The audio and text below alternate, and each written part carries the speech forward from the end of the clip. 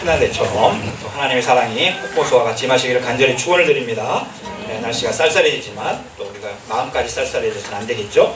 더욱더 따뜻해지고 사랑하는 성도님들의 그 사랑과 또 사랑스러운 말 한마디, 또한 눈짓이 아니죠, 몸짓인가요? 아무튼 타치, 우리 서로 이렇게 품어주고 안아주는 마음을 통해서 또 우리 교회의 사랑이 우리뿐만 아니라 우리 이웃들에게까지 흘러갈 수 있는 그런 오늘 또 우리 손호경 우리 집사님께서 기도하셨던 것 같은 우리 교회가 되기를 간절히 축원을 드립니다. 우리 옆에 계신 분들 오늘 살짝 만져주셔서 따뜻한 마음으로 사랑합니다. 축복합니다.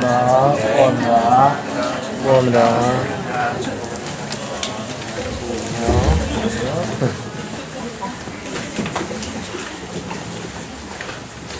저는 오늘 말씀 다 들어서 더 말할 필요가 없습니다 라는 제목으로 함께 은혜를 나누고자 합니다.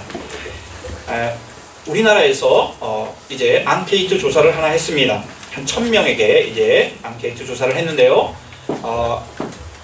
전 세계에서 가장 닮고 싶은 나라가 어디입니까? 라고 이제 물어봤습니다. 그래서 많은 나라들, 뭐 미국도 있고 이태리도 있고 프랑스도 있고 하겠죠. 아무튼 다양한 나라가 있는데 최고의 나라가 어디였겠습니까? 어떻게 정답을 하셨죠? 예, 독일이라고 대답을 했습니다. 33%가 독일이 우리가 가장 닮고 싶은 나라라고 대답을 했습니다. 그냥 그런 건 아니겠죠. 우리나라 사람들이 독일에 가지고 있는 그런 마음들이 참 좋다는 것을 느꼈습니다. 정직성과 성실함, 그리고 약자를 보호하는 그런 태도들, 그런 마음들을 느껴졌을 것입니다. 그리고 우리나라와 같은 처지에 있었던 나라였던 것이죠.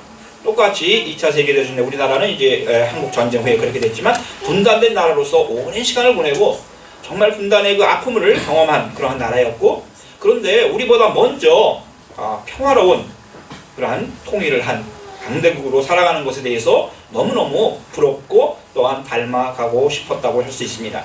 독일에 살고 있는 우리들에게는 굉장히 자랑스러운 일이 아닐 수 없습니다. 그런데 독일이 아무 일도 하지 않고 그렇게 된 것이 아닙니다. 누구보다도 검소하고 절약하고 또한 공동체를 위해서 희생할 것을 희생하고 또 자기의 모든 것을 또한 드리는 그러한 삶을 또한 생활 태도를 가졌기 때문에 그렇다고 할 수가 있습니다. 1970년 폴란드의 수도 바르샤바의 전쟁 희생자 비석 앞에서 무릎 꿇은 한 사람이 있었습니다. 독일의 잘못을 사죄하며 무릎 꿇은 그 한 사람의 사진이, 그리고 그것이 온 세계 방송으로 나갔을 때에 많은 사람들에게 큰 감동을 주었습니다. 독일의 네 번째 총리인 빌리 브란트였습니다. 그의 그 모습이 폴란드의 상처 입은 사람들의 마음을 크게 위로해 주었고, 두 나라의 관계가 다시 회복이 되었고, 그런 파장들이 결국은 동유럽과 서유럽이 이제 다시 하나가 되는 그러한 시초가 되었던 것입니다. 독일에 대한 좋은 소문들, 아름다운 소문들이 생겨나기 시작했습니다. 과거사에 대해서 솔직하게 우리가 잘못했다고 고백하는 그들의 그 마음을 사람들이 받아주기 시작한 것입니다. 그렇습니다. 진실한 행동은 감동과 좋은 소문을 만들어냅니다. 진실한 행동은 자기가 아무리 약해질지라도 좋은 소문을 만들어내는 것입니다. 그러나 거짓된 행동은 겉으로는 아무리 그것이 강해 보여도 나쁜 소문을 만들어내는 것이고 사람들의 마음에서부터 멀어지게 하는 것입니다. 오늘 본문에 나오는 데살로니가 교회 성도들은 좋은 소문을 만들어내는, 좋은 소문을 듣는 사람들이었습니다. 그 교회가 얼마나 신실한 교회였던지 사도 바울 선생님은 오늘 이 시간, 오늘 본 말씀 속에서 그러므로 우리가 더 말할 필요가 없습니다. 이 데살로니가 교회 성도들에 대한 소문과 또한 그들에 대한 아름다운 삶이 많은 사람들에게 울려 퍼졌고 또 이제 소문으로 퍼져나갔다는 것입니다. 우리가 지난 3절에서도 이미 살펴보았듯이 고린도교의 성도들은 믿음으로 한 말만 사는 사람이 아니었습니다. 행위로 믿음의 행위를 살아낸 사람들이었고, 사랑만 얘기하지 않았습니다. 사랑의 수고와 섬김과 낮아짐의 삶을 살았습니다. 하나님을 바라보며 소망 가운데 세상으로 살아나가지 아니하고 인내하며 살아간 사람들이었습니다. 이것을 기억하며 바울은 감사였고 칭찬의 말씀을 하였던 것입니다. 오늘 말씀 속에서는 사도 바울 선생님이 데살로니가 교회 저 두 가지에 대해서 다시 이제 칭찬하고 있습니다. 더 말할 것이 없을 정도로 아름다운 교회라고 말씀하고 있는 것입니다. 그 두 가지의 첫 번째는 이 데살로니가 교회 성도들에게는 하나님의 말씀이 울려 퍼지는 그러한 사람들이었습니다. 하나님의 말씀, 주님의 말씀에 울림이 있는 교회였다는 것입니다. 주님의 말씀이 데살로니가의 성도들로부터 마케도니아와 아가야에 울려 퍼졌다는 것을 이 바울이 듣게 되었습니다. 우리 사랑하는 성도님들에게도 주님의 말씀을 받고 그 말씀에 울림이 있는 아름다운 삶이 되시기를 간절히 축원을 드립니다. 숨겨진 것이 아니라 하나님 말씀의 감격과 감동과 그 기쁨이 나를 통해서 다른 사람들에게 울려 퍼질 수 있다는 것입니다. 바울이 말하는 주님의 말씀은 복음이었습니다. 기쁨의 소식이었습니다. 죽음과 환난 가운데도 성령 안에서 기쁨으로 받아들였던 그 말씀이 오늘 주님의 말씀이라고 하는 것입니다. 진짜 성도는 주님의 말씀을 경험한 사람입니다. 하나님의 말씀을 경험한 사람입니다. 예수 그리스도의 사랑이 가득 담긴 그 기쁨의 소식, 복음을 하나님의 영을 통하여 우리의 영 가운데 정말 확실하게 받아들인 사람, 천둥과 같이 경험한 사람, 번개보다도 강력한 경험을 한 사람들이 바로 진정한 참된 하나님의 사람들, 또한 주님의 사람들, 진짜 성도라는 것입니다. 영혼에 울림이 있습니다. 마틴 루터가 이제 이번 주에 우리 청년들하고 같이 마틴 루터가 번개를 맞은 건 아니고 번개가 내렸던 그 자리에도 갈 것입니다. 마틴 루터가 집으로 가던 중 이제 법대에 입학을 해가지고 자랑스럽게 80km가 되는 그 위로 가던 도중에 벌판에서 번개가 갑자기 치면서 그 번개 하나가 나무를 때리면서 그 나무가 쪼개졌습니다. 얼마나 무서웠겠습니까? 그러면서 이 법대생이 이제 학교 다니지도 않았습니다. 근데 너무 두려운 마음에 성 안나여 나를 도와주시면 내가 수도사가 되었습니다 하는 기도도 아닌 기도와 같은 그런 소원을 났습니다. 내가 법대를 가서 판사가 돼서 많은 사람을 도와주겠습니다. 그렇게 하지 아니하고 성 안나여 나를 도와주시면 내가 수도사가 되겠습니다. 하나님께 헌신하겠다는 것이었습니다. 근데 정말 번개가 그치고 살아나서 정말 수도사가 되었고 가장 험악한 그 소도원에 들어갔습니다. 그런데 이 번개 사건이 있었던 이 경험한 이 마틴 루터가 이 경험 속에서만 남아 있었다면 그는 그냥 아주 엄격한 아우스티누스 수도원에 그 검은 수도원에 고통받는 하나의 수도사로 평생 살았을 것입니다. 이 루터가 되었고 종교개혁자가 되었던 것은 하나님의 말씀을 번개보다 천둥보다 더 크게 경험하였기 때문에 그가 종교개혁자가 될 수 있었던 것입니다. 죄와 죽음과 지옥에 대한 두려움에서 떠는 이 루터에게 당대에 흑사병이 막 돌았습니다. 사람들이 푹푹 죽어갑니다. 맨날 리어카의 시체들이 실려갑니다. 이런 가운데서 이것이 하나님의 진노라고 생각했던 많은 사람들처럼 루터도 그렇게 생각을 했습니다. 이러한 죽음의 두려움에 떨던 그에게 이제 수도사가 되어서도 이것으로 벗어나는 길은 내가 누구보다도 금식하고 1년에 3개월을 금식을 했다고 합니다. 그리고 누구보다도 많은 고해 성사를 하고 이런 죄의식에 가득 차 있던 이 루터에게 하나님께서 수천만 볼트와 같은 강력한 말씀의 영적 체험을 하게 해주셨습니다. 그가 시편을 연구하고 하나님의 말씀 속으로 들어가고 로마서를 연구하는 가운데 로마서 말씀을 묵상하는 가운데 오직 의인은 믿음으로 말미암아 살리라 이 말씀을 읽는 순간 정말 그의 심장 가운데 그의 영 가운데 수만 볼트의 그때 그 슈토트홈에서 있었던 그 번개 사건보다 더 큰 강력한 영적인 충격을 받았습니다. 그렇지 나의 힘으로가 아니라 오직 하나님의 그 의, 하나님의 그 의로 그것을 받아들이는 그 믿음으로 내가 살린 거지. 그 마음을 받았던 것입니다.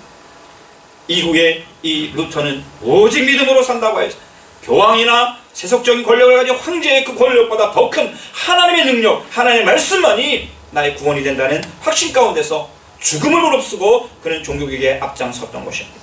주님의 말씀을 경험한 사람은 두려움이 없는 줄 믿습니다. 여러분들 힘들고 어렵고 절망할 때 여러분들 세상 가운데서 위로를 찾을 수 있겠습니까?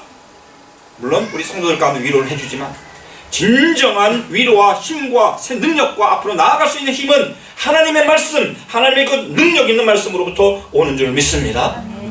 그 말씀을 경험할 때 하나님의 기쁨과 은혜와 능력 가운데 그것이 다른 사람에게 얼굴과 나의 삶을 통해서 울림으로 다가가는 것입니다. 우리의 신앙은 어디에 서 있어야 되겠습니까? 하나님 말씀 위에, 주님의 말씀 위에 서 있어야 되는 줄 믿습니다. 영으로 우리의 주님의 말씀을 듣고 말씀이 우리 자신을 세워가고 우리의 삶을 풀어가고 우리의 가정을 위해서 축복하고 우리의 교회가 하나님 말씀의 그런 위에 서서 하나님 말씀을 전하는, 선교하는 교회, 또한 나누는 교회가 되어야 될 줄 믿습니다. 우리의 미래를 어디에서 찾겠습니까? 세상에 수많은 정보들이 있는데 그 정보를 찾아가서 나의 미래를 세워가겠습니까? 그 정보들은 불확실성에 서 있는 것입니다. 하루아침에 깨질 수 있습니다. 우리가 주님의 말씀을 듣는 데 있어서 청각 장애인이 되어서는 안 될 것입니다. 세상의 거짓 정보들, 거짓된 소문들에 대해서는 스피커와 같이 이렇게 귀를 크게 열면서 하나님의 말씀에 대해서는 마음을 꽉 닫고 있고 하나님의 음성을 하나도 못 듣는다면 그것은 어리석은 것이다. 진정한 성도가 되는 것이 아닌 것입니다. 데살로니가 교회 성도들은 주님의 말씀을 많은 환난을 당하면서도 성령께서 주시는 기쁨으로 받아들였다고 6절에서 말씀하고 있습니다. 그래서 그들은 주님을 본받은 사람이 되었고 바울과 실로아노와 디모데를 본받은 사람이 되었고 나아가서 연결고리로서 그들이 많은 사람들에게 모범이 되는, 포빌트가 되는 그러한 삶을 살았던 것입니다. 너무도 간단하면서도 진리인 것입니다. 여러분은 마케도니아와 아가야에 있는 모든 신도들에게 모범이 되었습니다. 자연스럽게 주님의 말씀이 이웃지역, 이웃 사람들에게 울려 퍼져야 한다는 것입니다. 데살로니가 교회 성도는 그런 교회였습니다. 정말 바울은 할 말이 없었습니다. 자기가 복음을 전했는데 이제 이들이 복음을 전하면서 정말 놀라운 일들이 일어났습니다. 복음 전도자가 복음을 전했는데 피복음 전도자가 다시 복음 전도자가 된 것입니다. 이것보다 더 큰 기쁨과 보람이 어디에 있겠습니까? 그전에는 복음의 방해꾼이요, 복음을 알지 못하고 복음에 대해서 거부했던, 강력하게 거부했던 그 사람들이 변화되어서 하나님의 그 복음을 경험하게 되고 그것을 전하는 사람이 되었다고 하는 것은 이거보다 더 큰 기적과 은혜는 없을 것입니다. 바울은 그래서 할 말이 없었다고. 내가 정말 할 말이 없다. 그들을 생각하니 너무너무 기쁘고 너무너무 보람되고 하나님께 영광을 돌린다는 그러한 칭찬의 말씀을 하고 있는 것입니다. 우리 사랑하는 성도님들에게도 주님의 말씀이 여러분을 통해서 강력하게 울려 퍼지시기를 간절히 축원을 드립니다. 두 번째는 하나님을 향한 믿음에 대한 소문이 그들을 통해서 각처에 퍼져나갔다고 말씀하고 있습니다. 데살로니가 교회 성도들의 주변 사람들에게 모범이 되었다는 것은 그들이 예수님을 믿고 갑자기 부자가 되었다는 것이 아닙니다. 그들이 예수님을 믿고 갑자기 없던 좋은 직장이 나타났다는 것이 아닙니다. 그들이 갑자기 노예에서 귀족이 되었다는 것이 아닙니다. 법 없이도 착하게 살 수 있는 그런 착한 사람이 되었다는 것이 아닙니다. 아, 이제 세상 사는 요령을 내가 알았다. 정말 주님의 말씀 속에는 세상을 잘 살아갈 수 있는 그 요령들이 너무나 많구나. 잘 살아낸 것이 아닙니다. 이런 번영 신학과 번영 믿음 안에 서 있는 것이 아니었습니다. 그들의 방향성이 바뀌어졌다는 것입니다. 방향이 바뀌었다는 것입니다.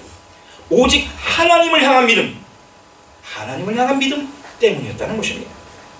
8절을 읽습니다. 주님의 말씀이 여러분으로부터 마케도니아와 아가야에만 울려 퍼진 것이 아니라 하나님을 향한 여러분의 믿음에 대한 소문이 각처에 두루 퍼졌습니다. 그러므로 이것을 두고는 우리가 더 말할 필요가 없습니다. 에이든 윌슨 토저가 이런 말을 했습니다. 예수 방향으로 가라. 우리 나라 사람들이 아주 책 번역을 잘해요. 나중에 오해받기도 좋은데 The set of the sail. 합류한 집사님 무슨 뜻이에요? The set of the sail. 네, 아무튼 내가 발음이 안 좋은 것 같아요. 아무튼 이 세일의 그 세트라는 게 한국말로 번역을 못하겠어요. 근데 한국말로 된 책으로는 예수 방향으로 가라. 여러분들 꼭 우리 도서부에도 이게 있어야 될 것 같아요. 신앙의 본질을 잃어버렸어요, 사람들이. 여러분들 본질을 잃어버리면 어떻게 됩니까? 삶의 방향이 이제 엉망진창이 되는 거죠. 세월호가 왜 무너졌는지, 그렇게 쓰러졌는지 그 원인이 나왔죠? 40분 전에 이미 무언가 방향타가 깨져버린, 망가진 것입니다. 방향성을 상실해버린 거예요. 하나님과 세상살이의 양다리를 거치고 왔다 갔다 무의미하게 사는 영적 패배자들이라고 이 토저가 굉장히 심하게 얘기를 하고 있어요. 세상에서 완전히 방향을 돌이켜야 되는데 세상으로 갔다가 이쪽으로 갔다가 우왕좌왕하다가는 그냥 풍랑이니까 쓰러졌다는 것입니다. 이러한 양다리를 걸친 영적 패배자들에게 이 토저가 얘기하는 것입니다. 예수 방향으로 가라. 오직 예수 방향으로 가라는 것입니다. 세상에서 완전히 방향을 돌이켜 어중간하게 돌이키지 말고 완전히 방향을 돌이켜 예수께로 향하라는 말씀을 하고 있습니다. 토저는 그리스도의 삶을 승리로 이끄는 것은, 그리스도인의 삶의 승리를 이끄는 것은, 우리가 그렇게 원하는 승리하는 크리스찬, 제대로 된 크리스찬의 삶을 살기를 원한다면 방향, 예수 그리스도 그 방향으로 가라는 것입니다. 믿음의 달리기에서의 진정한 승리, 최종적인 승리는 속도가 아니라는 것입니다. 빨리 가면 또 열심히 내려나가는 것이 아닙니다. 열심히 아주 죽으림을 다해서 달리라는 것이 아닙니다. 올바른 방향이라는 것이에요. 곧 길이요 진리 되시는 예수 그리스도 그분께로 달려갈 때 온전한 승리가 있다는 것입니다. 어느 선교사님이 한국에서 조선시대에 이제 신방을 가려고 했든지 누굴 만나려고 했든지 이제 마부가 있는 마차를 막 탔습니다. 여기 지금 번역이 없는데, 그런데 이 마부에게 얘기를 했어요. 빨리 가자고, 빨리 갑시다. 아마 그렇게 빨리 가요 이렇게 했겠죠, 그 선교사님이. 그러니까 이 마부는 깜짝 놀래가지고 알겠습니다 하면서 막 달리는 거예요. 막 달리는데 한참 가다 보니까 이분이 남산으로 가야 되는데 어디로 가고 있습니까? 광화문으로 가고 있어요. 왜 글로 가냐고 하면서 화를 막 내는 거예요. 선교사님, 아닙니다 이쪽 왜 이리로 가냐고. 그러니까 언제 가자 방향 말씀하셨나요? 이러는 거였어요. 그러니까 마부는 그냥 아무 생각 없이 그냥 달렸던 것이죠. 그런데 여러분들, 바보 같은 그런 사건이지만 우리들이 그렇게 살아가고 있다는 것입니다. 이런들 어떠하리 저런들 어떠하리 방향 없이 그냥 달려가는 거예요. 뭐 달려가면 되는 줄 아는 것입니다. 오직 우리들은 다시 한번 우리를 늘마다 하나님께 깨어서 말씀 앞에 깨어있고 성령의 임재하심을 기도하고, 또한 성도들의 공동체 속에서의 그런 하나님 함께 더불어 가는 그런 방향으로, 예수 그리스도의 방향으로 나아가는, 오늘 하나님을 향한 그 믿음 무엇이겠습니까? 하나님을 향해서 나아가는 것이 바로 그 믿음이 아니겠습니까? 자비하신 우리 창조주 하나님, 전능하신 우리 신실한 하나님을 향한 그 믿음, 그 예수 방향으로서의 하나님을 향한 믿음의 사람들, 또 그 믿음의 진정한 우리 믿음임을 고백하며 함께 더불어가는 우리 믿음 공동체가 되기를 간절히 축원을 드립니다. 바울은 이 데살로니가 교회 성도들이 두 번째 변화된 모습을 칭찬하면서 더 이상 할 말이 없다. 그리고 그들이 하나님을 향한 열심과 그 믿음이, 그 방향성이 얼마나 아름다웠던지 많은 사람들이 알고 저들이 변화되었다. 이렇게 얘기를 하였습니다. 데살로니가 교회 성도들이 만난 하나님 어떤 하나님입니까? 데살로니가 교회 성도들이 하나님을 만나기 이전에 그들의 신은 우상들이었어요. 오늘 본말씀에 우상에서 돌이켰다고 얘기하고 있습니다. 참다운 하나님, 진정한 하나님께로 나아가기 전에, 그 방향성을 하기 전에 그들이 돌이켰던 것은 다 우상이라고 말씀하고 있습니다. 그리스 로마 신들의 족보를 연구하는 사람이 있어요. 최소한도 제우스를 중심으로 해가지고 12신이 있습니다.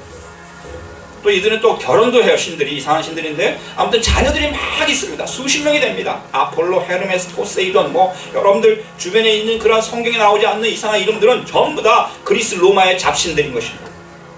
유럽의 문화를 이해하려면 이 잡신들을 이해하지 않으면 이해할 수 없을 정도로 그렇게 모든 문화와 이야기들이 다 꾸며져 있습니다. 유럽 사람들이 일상생활 속에 깊숙이 침투해 있습니다. 우리가 여러 가지 많은 그 카니발이라든지 이런 게 다 그런 것이죠. 데살로니가 교회 역시 그런 환경 속에 마케도니아의 수도로서 새롭게 세워진 알렉산더의 누이의 이름을 딴 그 데살로니카라는 그 데살로니키라고 하는 그 도시 역시 그리스의 신들과 우상들로 가득 차 있었습니다. 모든 것이 그 우상과 우상 숭배로 진행되고 있었어요. 방향성이 그렇게 되어 있었습니다. 축제도 그렇게 되어 있었습니다. 달력도 그렇게 되어 있었습니다.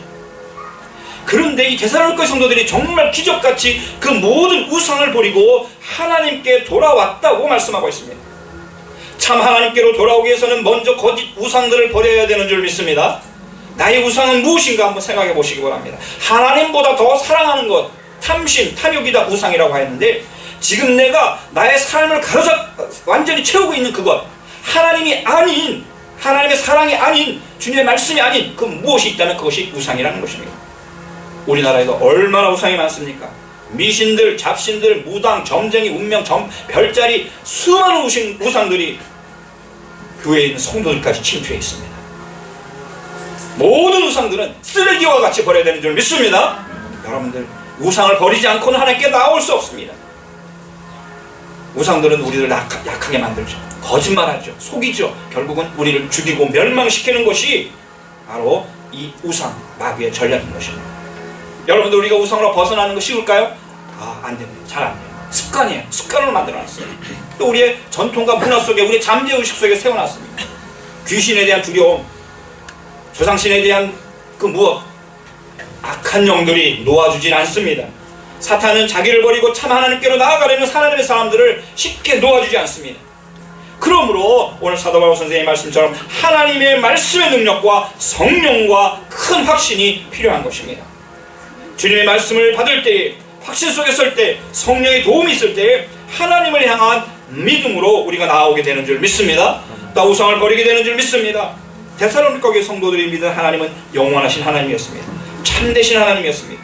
죽음도 다스리셔서 부활하게 하신 하나님이셨습니다. 전능하신 하나님이셨습니다.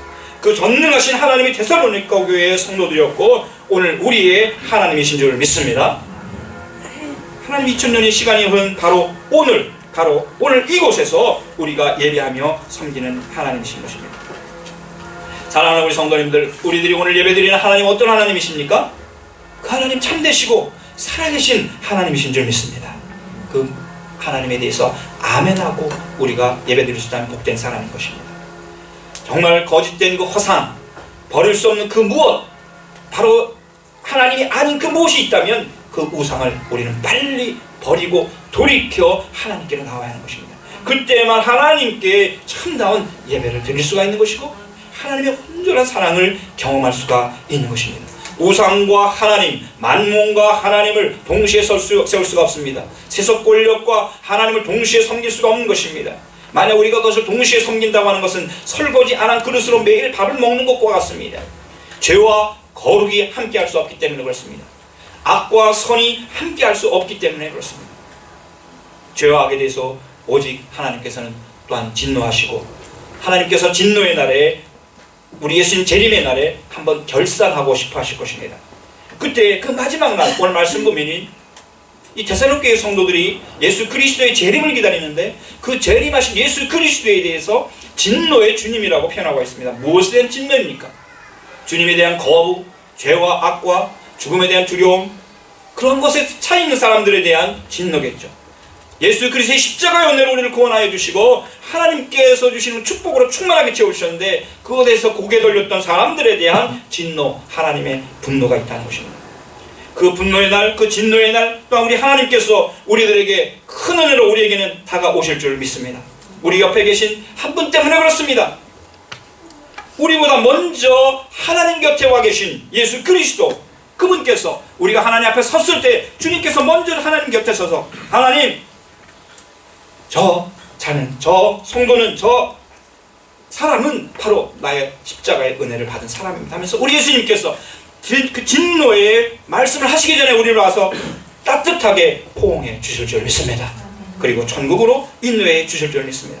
그 미래의 시간이, 바로 그 영원한 시간이 바로 앞으로 있을 것이 아니라 바로 오늘 이 시간이 되시는 우리 성도님들 되시기를 간절히 축원을 드립니다. 더 이상 할 말이 없는 최고의 칭찬을 듣는 우리 교회 성도님들과 제가 되기를 예수님의 이름으로 간절히 축원을 드립니다. 아멘.